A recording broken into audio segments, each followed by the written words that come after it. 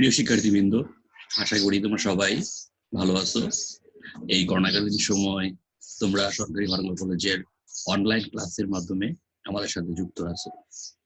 ততদিন তোমাদের কলেজ বন্ধ থাকবে, কলেজে এসে ক্লাস করার সুযোগ যতদিন না হবে ততদিন তোমরা আমাদের সাথে এই অনলাইন ক্লাসের মাধ্যমে যুক্ত থাকবে।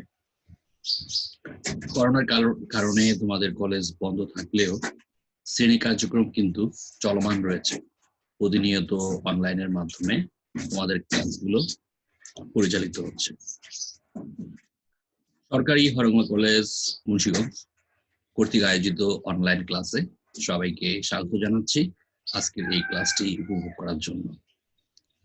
শিক্ষার্থীবৃন্দ, তোমরা সবাই নিজ নিজ বাড়িতে অবস্থান করবে, বিনা কারণে বাসা থেকে বের হবে না। আর যদি বের হতে হয় তাহলে অবশ্যই স্বাস্থ্যবিধি মেনে চলবে। সবাইকে স্বাস্থ্যবিধি মেনে চলার আহ্বান জানাচ্ছি এবং আজকের এই ক্লাসটি উপভোগ করার জন্য আমন্ত্রণ জানাচ্ছি। পাঠ পরিচিতি। আজকের মূলত বিবি অনার্স প্রথম বর্ষ চতুর্থ বর্ষ শিক্ষার্থীদের জন্য একটি ক্লাস। ব্যবস্থাপনা বিভাগের চতুর্থ বর্ষ শিক্ষার্থীদের একটি গুরুত্বপূর্ণ কোর্স বিনিয়োগ ব্যবস্থাপনা। বিনিয়োগ ব্যবস্থাপনার লভ্যাংশ নীতি ও সংরক্ষিত মুনাফার অনেকগুলো ক্লাস নেওয়া হয়েছে, তবে একটি অংশ বাদ ছিল। আজকে সেই অবশিষ্ট অংশটি নিয়ে আলোচনা করা হবে।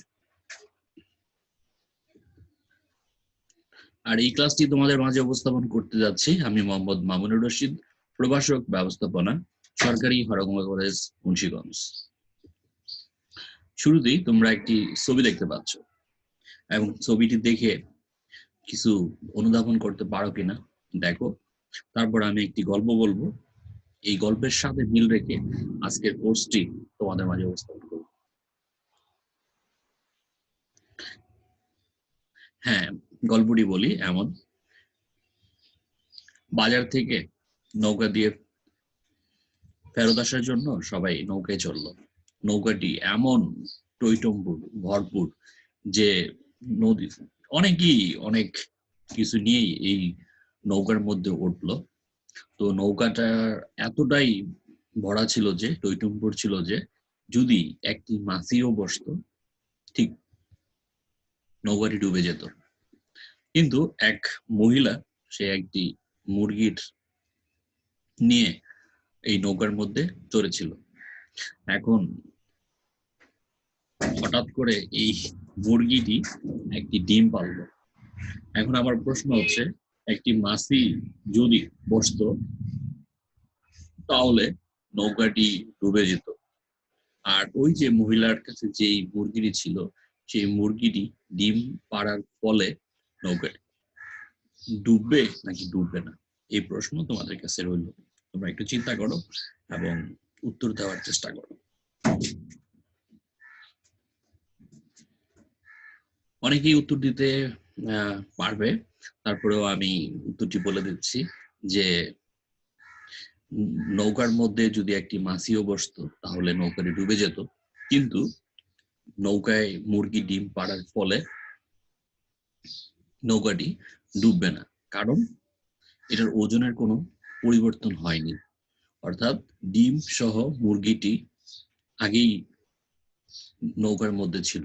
এখন যদি মুরগি ডিম পাড়ে তাহলে এই নৌকায় কোনো ওজনের পার্থক্য হবে না, কারণ আগে যা ওজন ছিল ডিম পাড়ার পরেও নৌকার ওজন একই থাকবে।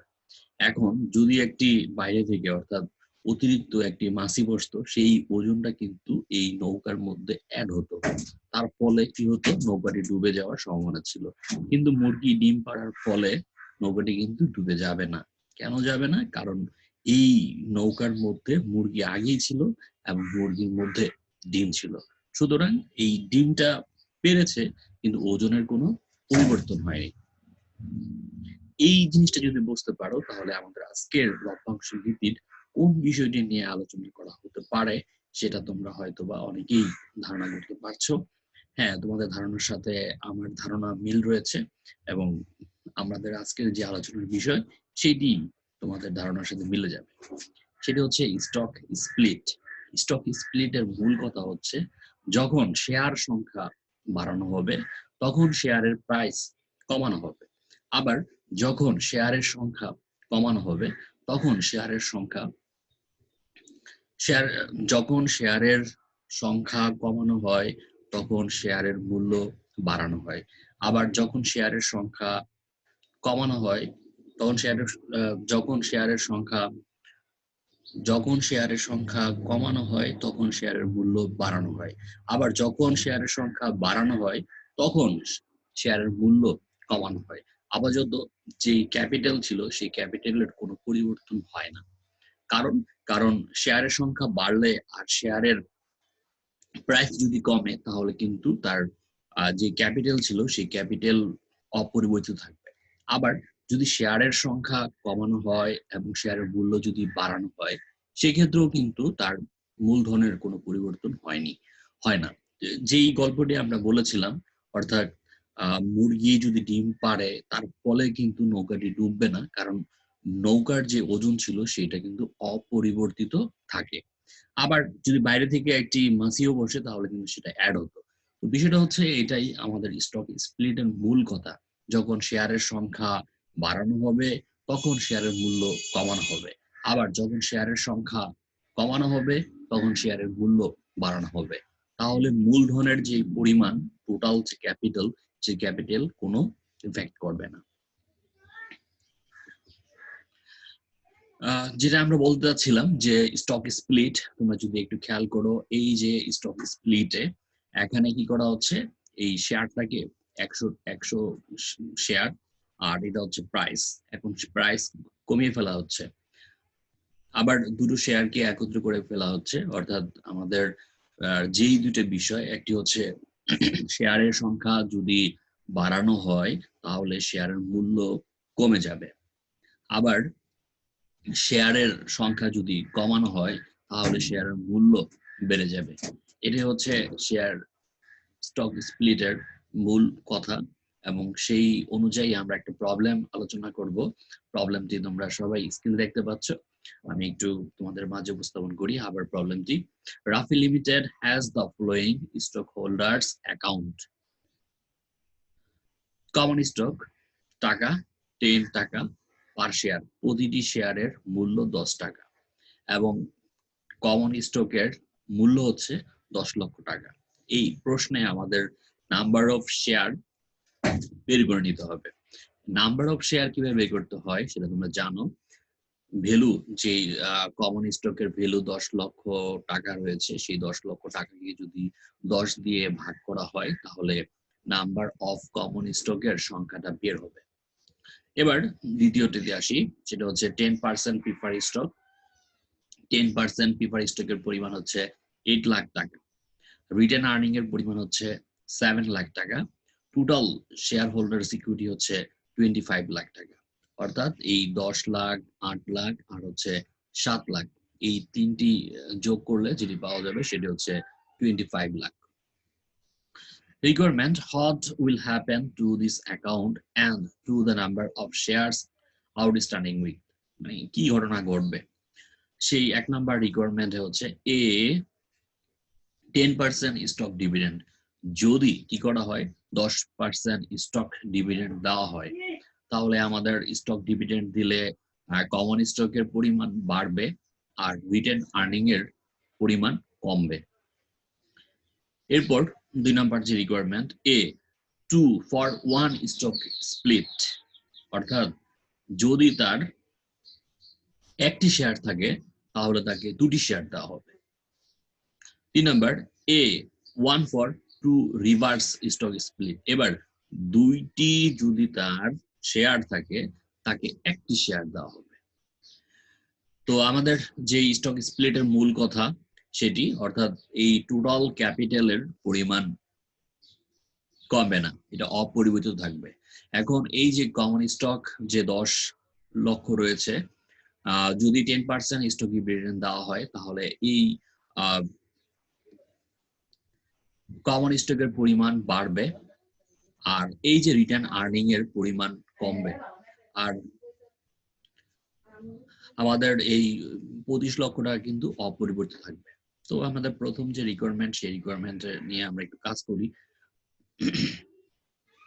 নাম্বার অফ প্রেজেন্ট শেয়ার, যেটা আমরা প্রথম বলেছিলাম, total value of common share হচ্ছে 10 লাখ টাকা, আর 10 টাকা পার শেয়ার, প্রতিটি শেয়ারের মূল্য হচ্ছে 10 টাকা। সুতরাং এই 10 লক্ষকে যদি 10 দিয়ে ভাগ করা হয় তাহলে নাম্বার অফ শেয়ার হবে 1 লক্ষ টাকা। তাহলে 1 লক্ষ শেয়ার, প্রতিটি শেয়ারের মূল্য হচ্ছে 10 টাকা, total value of common stock হচ্ছে 10 লক্ষ টাকা। এবার আমাদের 1 নম্বর requirement, effect of 10% stock dividend. যদি 10% স্টক ডিভিডেন্ড দেওয়া হয় সেক্ষেত্রে কি হবে? Number of share for stock dividend 10% দেওয়া হচ্ছে 1 লক্ষ টাকা। 1 লক্ষ নাম্বার অফ শেয়ার, সেই 1 লক্ষ নাম্বার অফ শেয়ারের উপর 10% শেয়ার ডিভিডেন্ড দেওয়া হচ্ছে, তাহলে নাম্বার অফ স্টক ডিভিডেন্ডের পরিমাণ হবে 10%। 10% করলে হবে 10,000 শেয়ার। তাহলে তার ওল্ড শেয়ারের পরিমাণ হচ্ছে 1 লক্ষ শেয়ার, আর নিউ স্টক ডিভিডেন্ডের পরিমাণ হচ্ছে 10,000 শেয়ার।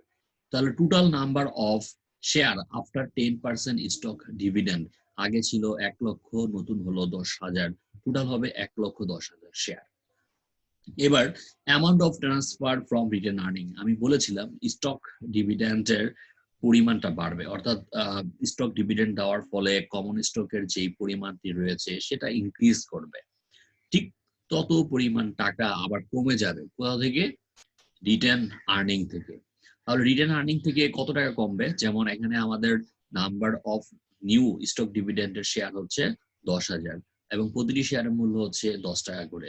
10,000-কে 10 দিয়ে গুণ করলে টাকার পরিমাণ হবে 1 লক্ষ টাকা। এই 1 লক্ষ টাকা কি হবে? রিটেন আর্নিং থেকে কমে যাবে। আবার এই 1 লক্ষ টাকা ইনক্রিজ করবে কমন স্টকে। কিভাবে? এই যে এই 10,000 শেয়ার পার কমন স্টকের পরিমাণ হচ্ছে 10 টাকা, টোটাল হচ্ছে 1 লক্ষ টাকা।